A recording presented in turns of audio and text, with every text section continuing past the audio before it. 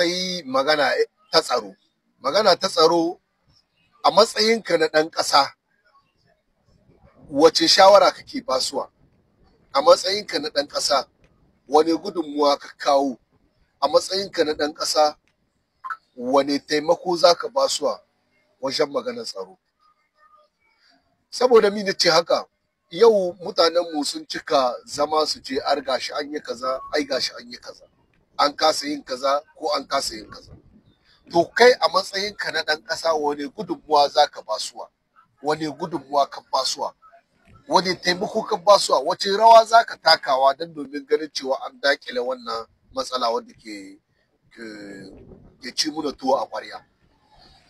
Paske shi sa ba ta yiwuwa kullum kowa ya ce yana kawo mu mutane cikas bisa kai ga tahiyar da suke yi, bisa kai ga abubuwan da ake yi, amma ka kasa kai ba da naka taimako, ba da naka goyon baya, ba da naka ra'ayi mai kyau wanda zai kawo dakilewar wannan matsala da ake cikin ta.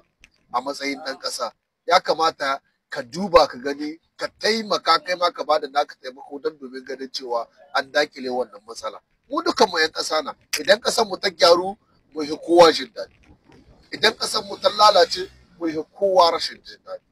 Kenan a matsayinka na ɗan ƙasa, kai wani taimako za ka basuwa? Wace shawara za ka basuwa a matsayinka na ɗan ƙasa? Kowane yana da hanyar da zai ba da tashi shawara, amma ba tsegumi ba. Tsegumi bai yi ba, an tsere mai, kuma ba za a gina ƙasa da tsegumi ba. Assalamu alaikum wa rahmatullahi ta'ala wa barakatuhu.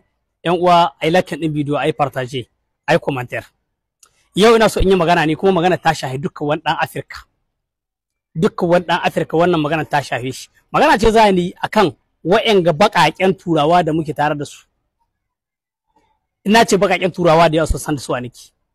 Wai ni abin da ke bani mamaki, yaushe ne mu Afirkan za mu canzawa? Yaushe ne Afirkan idanunmu za su buɗewa? Wai abin da nake dibi mu Afirkan, sai ni dibi cewa wai kai ne baƙi, matsayinka na baƙi, wai ka haɗe kai da turawa yanda za a yi. Kana da labari za a zo a kashe ma'aikinka, a kashe ma'aikiyarka, ko a kashe wani uwanka ko ƙananka ko wani ɗan uwa naka, amma duka bai dame ka ba. Kai dai ka samu dukiya. Kai dai dukiya kawai ka sama gaba ka samu.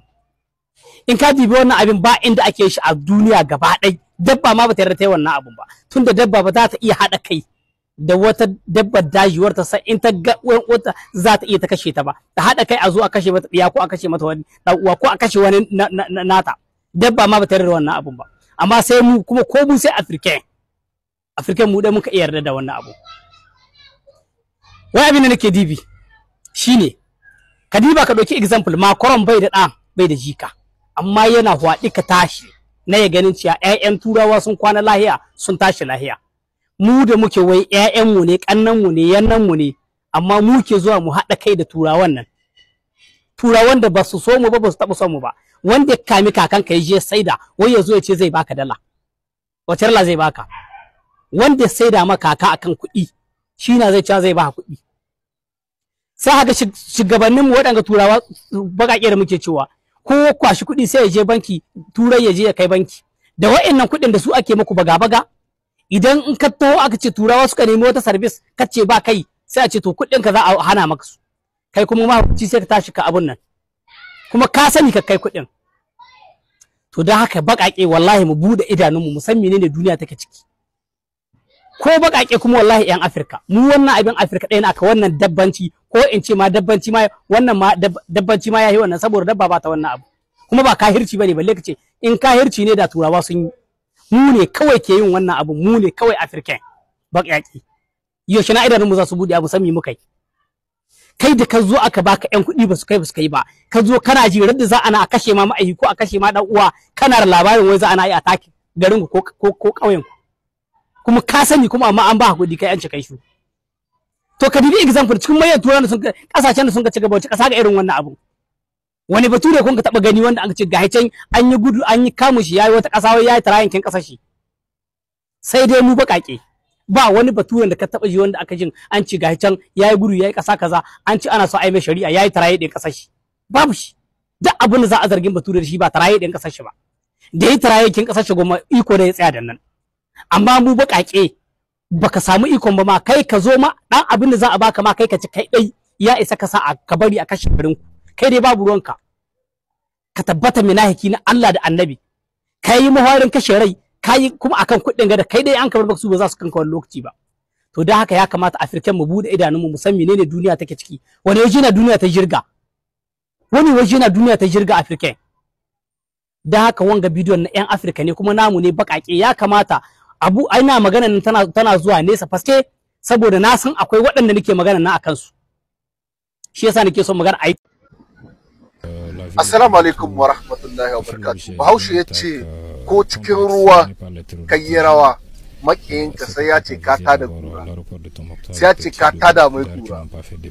Jama'a yau da sahen nan naga France 24 sun aza wani bidiyo na cewa an kai wani hari a Mali har sozawa suna hita daga cikin kazen, an ce kazen gidan nan da kasan farko da ba a yaki sozawa cikin garka na cikin killana suke cikin wata garka babban garka na suke zaman su. To su a hita daga cikin kazen suna gudu su a tserewa bayan 'yan ta'adda suna farmaka su a kakkashe su ɗaya bayan ɗaya. Kamar yadda kuka ga wanga bidiyon, to wannan shine gaskiyar magana na Tumbuktu, inda sozawa sun kai korishan, sozawan fama na Mali sun kai korishan 'yan ta'adda sun ka ba su wata correction correctement daidai da yadda sun ka aikata. Amma sai abun mamaki wai yau France 24 wai suna za su zo suna nuna goyon baya da kuma suna nuna cewa wai ga abin da 'yan ta'adda suke yi musu zaman Mali, ko da ba ku son su zaman gana Mali, ko da sun yi muku sun watsa mutuwan ku kasa ne. Ai canika girman France 24 bai ya huce wurin da za su zo su yi kage kuma bayan sun san mutane za su yi bincike su gano in gaskiya ne ko karya ne. To ga gaskiyar magana daga nan yanzu nan wannan bidiyon zan samu ku bidiyon gabaki ɗaya ku kallata dan domin kusan magana yadda abun shi ke insha Allah. Wassalamu alaikum, a sha sauraro lafiya. La ville de Tombouctou a fait l'objet d'une attaque complexe menée par les terroristes du JNIM. Cette attaque a visé d'abord l'aéroport de Tombouctou avec des tirs d'obus, d'ailleurs qui n'ont pas fait d'effet, et aussi une infiltration à l'intérieur du camp Fort Cheikh Sidibé Bécaye. Et le commando qui s'est infiltré au niveau du camp Fort Cheikh Sidibé Bécaye, à peu près une dizaine neutralisés. Nous avons des terroristes qui ont été interpellés, des armes qui ont été récupérées, et nous continuons le ratissage au niveau de la ville de Tombouctou. Nous tenons ici à rassurer l'ensemble de la population de Tombouctou que la situation est sous contrôle. Et nous allons veiller à la libre circulation des personnes et de leurs biens à l'intérieur de la ville de Tombouctou. Et aussi profiter de ce micro pour quand même dire bravo aux éléments qui se sont déterminés. D'ailleurs, c'est une lutte existentielle, on n'a pas d'autre choix. Le choix que nous avons, c'est de nous défendre et de neutraliser le maximum.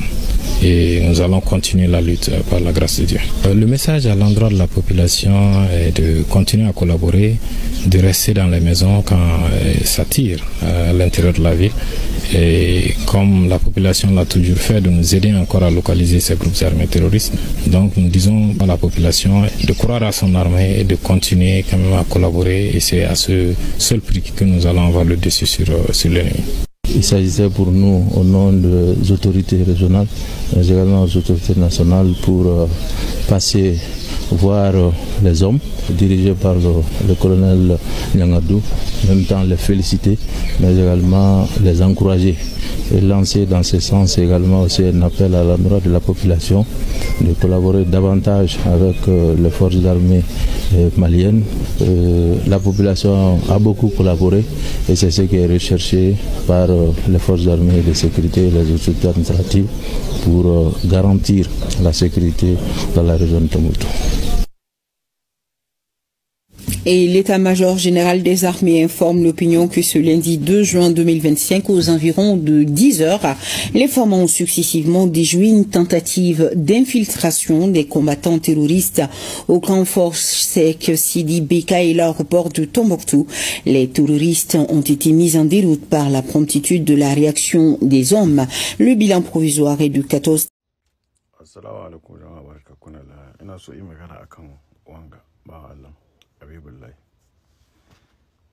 dan haka da Allah ina so ku tura min wanga sako ina so kai makawa saboda abubuwan da nake ta gani abin da nake so yi muku shaida akan shi shine sama da shekara 3 yau na san shi ba Allah nan kuma babu irin rikicin da ko sabanin da bamu samu ba ana kamar yadda sharrin TikTok ya saba wani bi a haɗa mu da shi a gama mu da shi wani bi a ce ya ce in yi faɗa wani bi a ce mishi na ce a shiga tsakanin mai faɗa duk haka ta faru amma abin da yasa za ku gani kullum ko mun ba ta sai mun shira da shi saboda mun zama ƴan uwa da shi babu yadda za ni yi da shi babu yadda za ya yi da ni na taba gaya muku da shi ma ya kai shekara 2 na ce duk faɗan da muke har ga Allah so na yake duk faɗan da muke har ga Allah san shi ne dan shi ne ba mai rabuwa a wannan nake so in ga muku bisa maganganun da ake na faɗi bisa shi maganganun gawi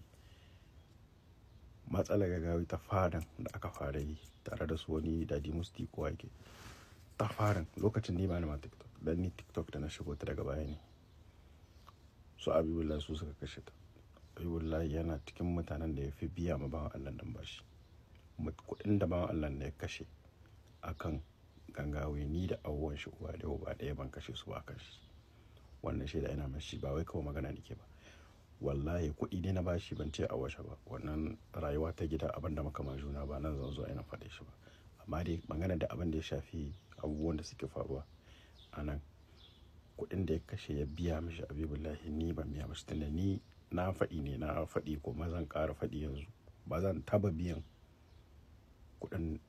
kudin cuta ba ma cikin wannan tsarin ba zan taba biya ba ka ta yi kana na mashin kanka ka ta yi ka yaudar mutane ko ka cuci mutane can tsakanin ka da kai da su balantana ka mai da abin sana'a to Abibullahi yana cikin mutane na farin wanda suka fi kowa tsaya ma Allah nan ya zabi ya shiru ne yanzu dan saboda kawai san kanshi amma kowanga issue din da ya taso wanga dai na Asiya din Habibu aka fara ma magana ya kira ni shine mai fara ga min muka yi kaman din magana ku yau kuka san magana ga ta kai sati 3 yau ne kuka santa yau kuka santa sati 3 maganar ka dan haka ku shafa mu Abibullahi lahiya dukkan ku babu wanda ya magangawai abinda Abibullahi ya mashi magana da ta kudi babu shi babu wanda ya tsaya shiga mashi fada sama da shi dan haka position ita akan kanina uwa ɗaya uba ɗaya c'est la même position in Abibullahi shi ma position ɗaya doka kullum muna shiga mashi rikici wanga game mun ce ba mu ƙara shiga mashi rikici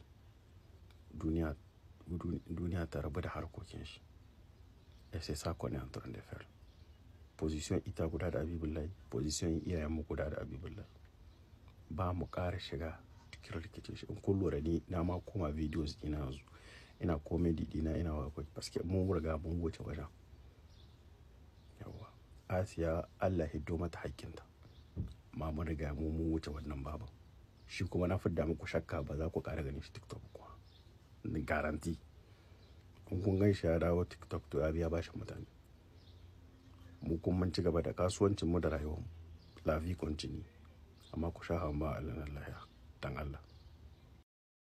Salam alaikum Niger yau ta yi ekipin chaise permanente ta africaine can majalisar dokin duniya a Loni can Amurka yau insha Allah bari in saka muku video ku gani ko yi sharing kinta ko yi partage muna tare insha Allah.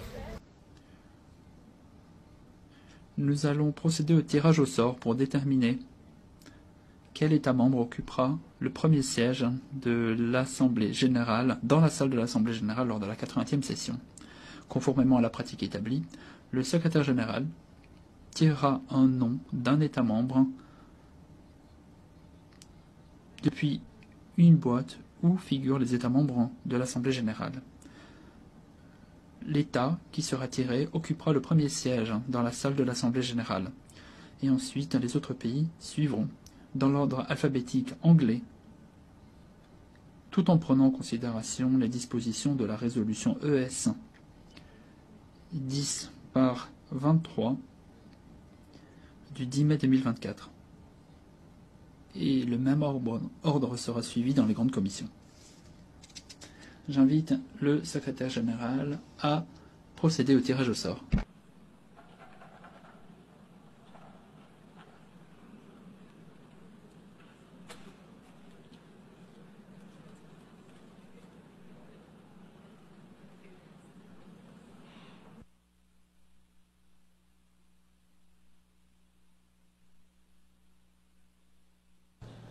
Niger.